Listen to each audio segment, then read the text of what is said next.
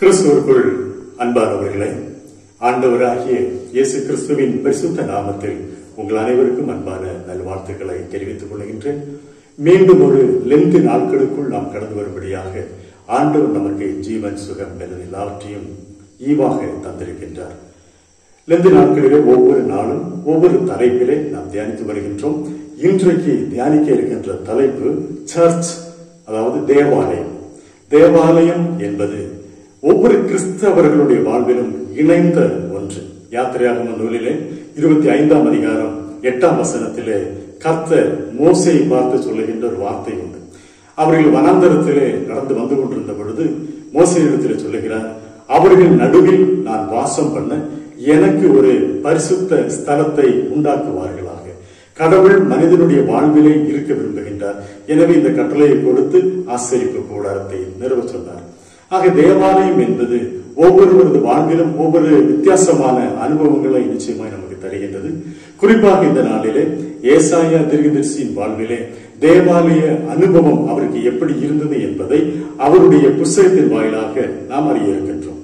ஏசாயா 6ஆம் அதிகாரம் 1 முதல் 8 வரை உள்ள பகுதிகளிலே ஒரு அருமையான தேவாலயத்தினுடைய திருக்காட்சி ஒன்று அவருக்கு கிடைக்கின்றது. அதிலே அவர் அந்த ஆலயத்திலும் இருக்கின்ற பொழுது அவர் சொல்லுகின்ற ஒரு வார்த்தை, ஏசாயா 6ஆம் அதிகாரம் 5ஆம் வசனத்தினுடைய முற்பகுதி, நான் அசுத்த உதடுள்ள மனுஷன் என்று தன்னுடைய குறையை தேவனுடைய ஆலயத்திலே உணர்கின்றார். ஏனென்று சொன்னால் அந்த இடத்திலே கர்த்தருடைய மகிமை தேவாலயத்தை நிரப்பியிருந்த ஒரு சூழ்நிலை. அங்கே இருக்கக்கூடிய தூதர்கள் பாடுகிறார்கள், சேனைகளின் கர்த்தர் பரிசுத்தர் பரிசுத்தர் பரிசுத்தர் என்று சொல்லி அவர்கள் பாடுகின்றார்கள்.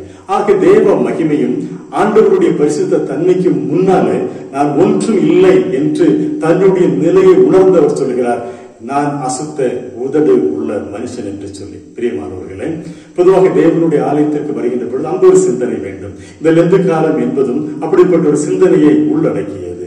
நம்மை நாம் ஆராய்ந்து பார்க்கின்ற ஒரு காலம். அப்போஸ்தலனாகிய பவுல் கொரிந்தியருக்கு எழுதின 2ஆம் நிருபத்திலே 13ஆம் அதிகாரம் 5ஆம் வசனத்திலே சொல்லுகிறார், உங்களை நீங்களே சோதித்து அறியுங்கள் என்று சொல்லுகிறார். நம்மை நாம் சோதித்து பார்க்க வேண்டும் தேவனுடைய ஆலயத்திலே. மட்டுமல்ல, அவரும் ஒருமுறை தன்னை சோதித்து பார்த்து சொன்னார்.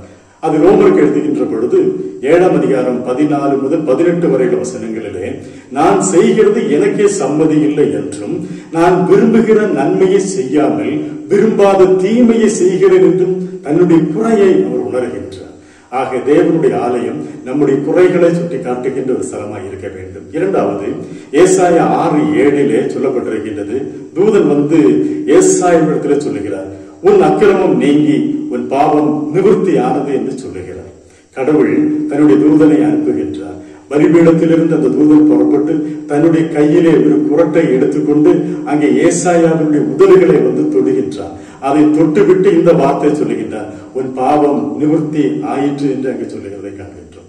பிரியமானவர்களே, பலிபீடத்தில் இருந்து தூதன் வந்து சொல்லுகின்ற இந்த வார்த்தை என்பது கடவுளால் அவருக்கு பாவ மன்னிப்பு கொடுக்கின்ற ஒரு இடமாய் காணப்படுகிறது. தீத்து 2ஆம் அதிகாரம் 14ஆம் வசனம், அவர் நம்மை சகல அக்கிரமங்களில் நின்று மீட்டுக் கொண்டு நம்மை சுத்திகரிக்கும்படி நமக்காக தம்மை தாமே ஒப்பு கொடுத்தார் என்று அருமையான அந்த பக்தன் சொல்லுகிறதை காண்கிறோம்.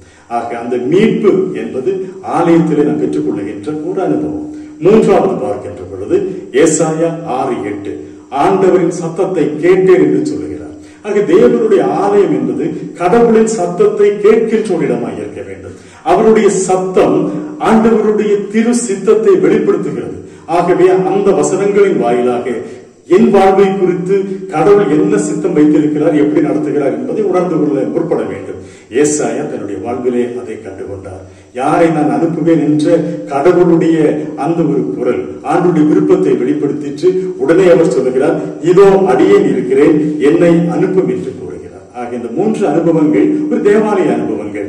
அசுத்தமாய் இருக்கின்ற நிலையிலிருந்து விடுதலை பெற வேண்டும், அதே போல தன்னுடைய பாவத்திலிருந்து அவன் மீட்பு பெற வேண்டும். மூன்றாவதாக அவனுடைய சித்தத்தை உணர்ந்து கொள்ள வேண்டும். கர்த்தர் தாமே இந்த 2 நாட்களிலே இவ்விதமான அனுபவத்தோடு நம்மை ஆசீர்வதிப்பார்.